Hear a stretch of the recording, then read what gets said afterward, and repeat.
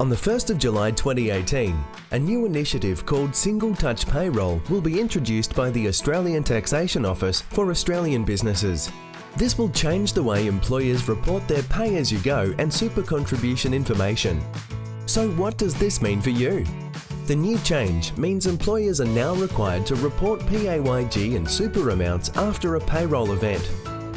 This means your clients will now have to supply this information to the Australian Taxation Office after payroll has been processed, instead of reporting it monthly or quarterly. In addition to PAYG, businesses will be required to report super information which previously wasn't mandatory. As advisors to your clients, you need a payroll solution that caters for the Single Touch Payroll initiative.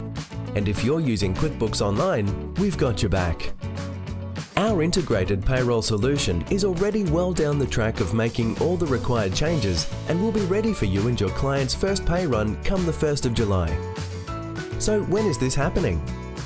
For businesses with 20 or more employees, Single Touch reporting will be mandatory from the 1st of July 2018. If your client has 19 or fewer employees, you have until the 1st of July 2019. But we recommend getting ahead of the game and opting in sooner through the Australian Taxation Office.